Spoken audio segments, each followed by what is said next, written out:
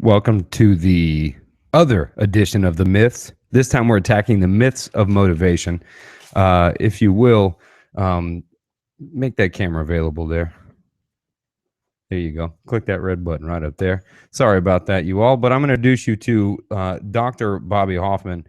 Should pop in on just a second, but 1 second. Little bit of technical difficulties.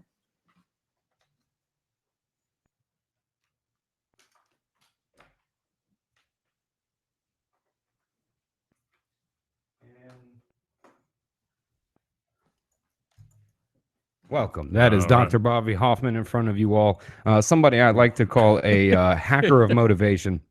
And as you all may be used to now, that you see every Wednesdays at noon Eastern, you see Nowdy, founder of Functional Patterns.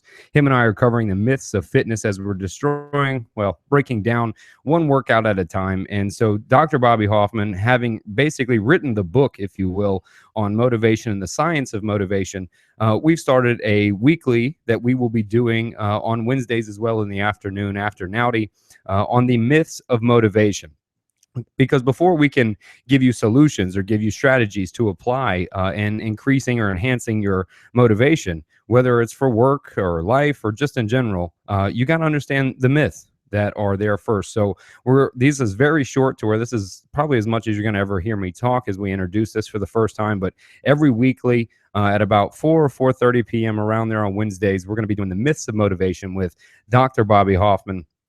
And I'm going to let him take over essentially. So we got 10 minutes or less, really, probably about 8 now. But what's the first myth that people need to be aware of right now? Well, not only is this a myth, but it's a really old myth. You know, people like George Washington and Thomas Jefferson, John Adams, and that whole crew actually perpetuated the myth that all people are created equal and we all have inalienable rights. But there's one thing that they forgot about, and they didn't even think about, is motivation. Because unfortunately, when it comes to motivation, the myth is that all people are created equal, but that actually is a myth. There is a ton of inequality when we start talking about motivation, and you don't need to take it from my mouth, but look around at the people that you go to work with, people that you go to school with. You go into the workplace and you see some people are energized and highly incented to do their jobs, and they're highly engaged.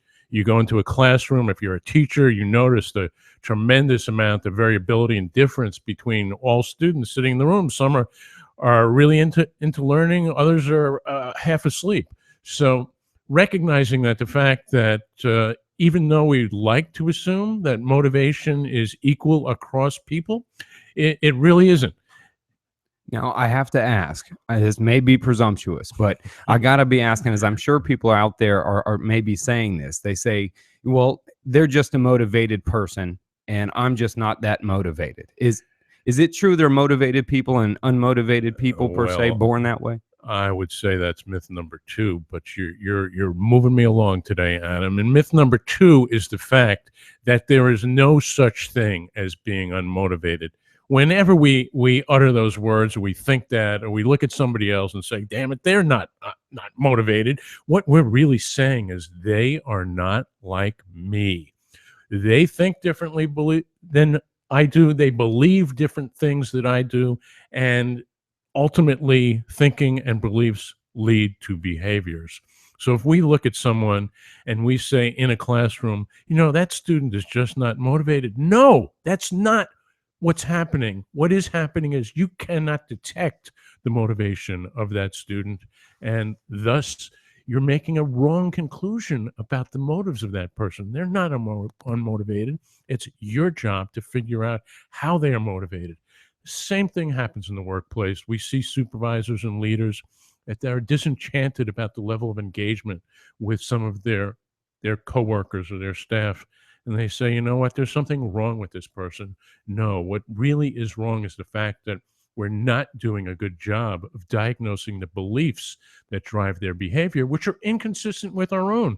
If we're operating under the premise that all people think alike, that means we all believe in the same things. And that's just a fallacy of human nature.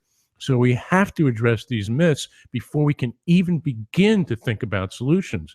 So the fact that people are totally unmotivated is a major, major fallacy. And if you operate under that premise, you will make wrong conclusions. We must be very self-aware. We must be perceptive of how we're thinking, how we're feeling, our emotions, and convert that energy into understanding motivation from a scientific perspective. So in order to do that, we have to start with eliminating these myths, misconceptions, wrong impressions of how we think the world works. And that's what we're going to be talking about over the next month or so. That's the first two myths for you. We didn't just put the equal myth out there and put that to bed. It's also You fooled me. we put one or two out there. And if you can just digest that for a minute, people, marinate on that idea that I've been there before. We've all just said, I'm just not that motivated, or that person's not that motivated, that, you know, that's not really existent. And nor is everybody equally the same motivated. We're not born equally. And so being aware of those things is something that Doc has pointed out multiple times. And the real key point here is, once we're aware of these two factors, and just these two factors, then we can begin to orchestrate the way to make any changes, both in the perception of ourselves as well as in the perception of others. So that's the key. Before we can solve the problem, we have to really identify what it is.